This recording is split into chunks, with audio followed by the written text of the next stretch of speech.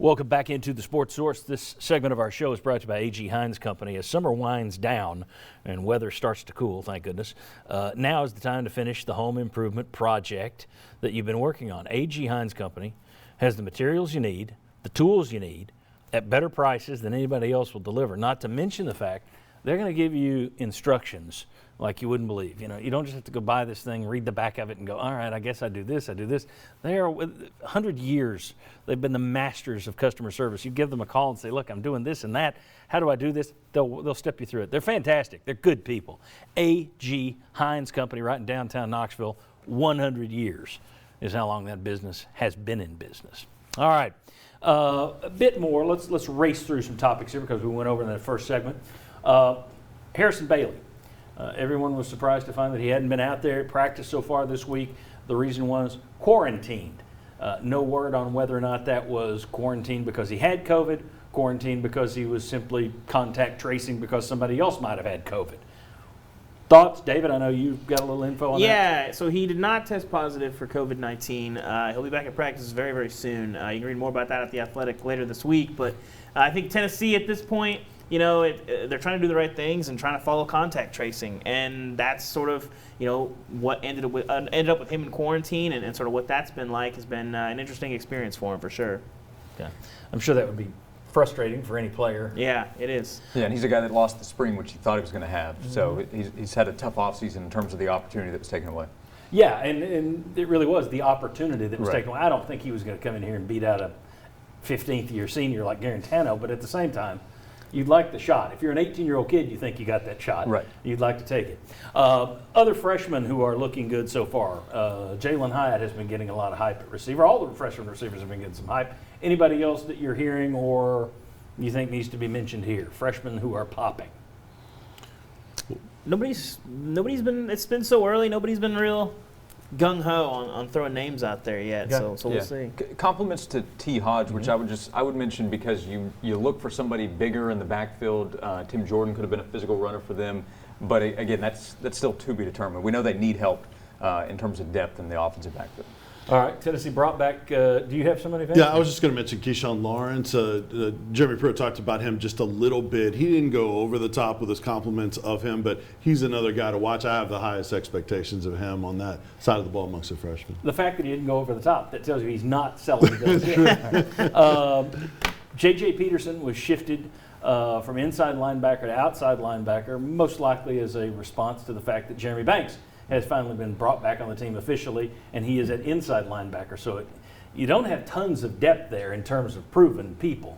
But at inside linebacker now, you're looking at To'o, Crouch, and Banks, and just having Banks back makes you feel better about that position, or it does me. Thoughts on the return of Banks, the move of Peterson to the outside? Well, in terms of numbers, now there's 7 outside backers and 6 inside backers, even though some of those guys have flexibility. The thing about the outside backer position is 3 of them are true freshmen. Yep. So you have youth there. So maybe there is a better path for Peterson to get on the field. You know, Pruitt talks about a lot of the backers to be interchangeable anyway. I don't know if it's a good sign if you get bumped by someone coming in and then you're the one that slides out to try to, get an opportunity somewhere else. He still has a lot to prove before I buy into him being an impact guy. Peterson, yeah. Yeah, and this is a guy who, when he signed, he was going to be the big difference maker. Everyone went nuts over J.J. Peterson, and sometimes it works. These kids, sometimes it takes a while to get to that level. But when you mentioned the number of bodies there, when I mention depth, I'm talking about quality proven depth. And right. There's just not a lot. You may have some potential All-Americans back there that we haven't seen yet, but at right. the moment, when I look at guys who stepped on the field and actually proven themselves in SEC action, it's still pretty thin at both linebacker spots. Let's see, what else did I want to throw out here? In terms of great news, surprising news, Austin Pope, who in July had surgery to work on a herniated disc in his back, he could be back for the opener at South Carolina September 26th from what we're hearing. That would, 1, surprise me, 2, be a great thing for the Tennessee run game because he was kind of your lead blocker for most of the season. So that one was a shock and a good shock. from a Tennessee perspective. People gotta start calling him Wolverine because he's like always hurt, but then he's like always on the field and playing well.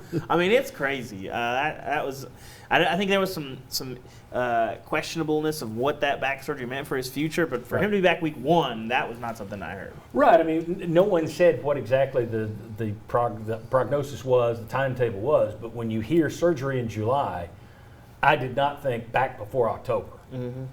That surprised me. And that's to be in a game. He's practicing. It proves Yeah. that he's out there right now. Yeah, Impressive. potentially huge news for them Yes. because of his experience, his versatility, the concerns you have at that position. If he's not there, could be really big and really good for him too. Well, I mean, Garantano has been inconsistent. We know that. Receivers, especially a new core, a good chunk of these guys are new, so you don't know what you're going to have in the pass game. If you lost Pope from the run game, that's a huge hole. We made a big deal out of him being out when he had the surgery. I want to make it equally big that he's back. I think that's a tremendous step forward for this offense, if indeed he can step on the field at Columbia in game 1. All right, when we come back, let's talk about the surprising bad news. I figured the lawsuit hanging out there, UT's got some leverage on this Cade Mays thing. The Mays family will tell Georgia, give him the rubber stamp, the lawsuit goes away, he'll get cleared. Didn't get cleared this week. Interesting. We'll discuss the Cade Mays situation next.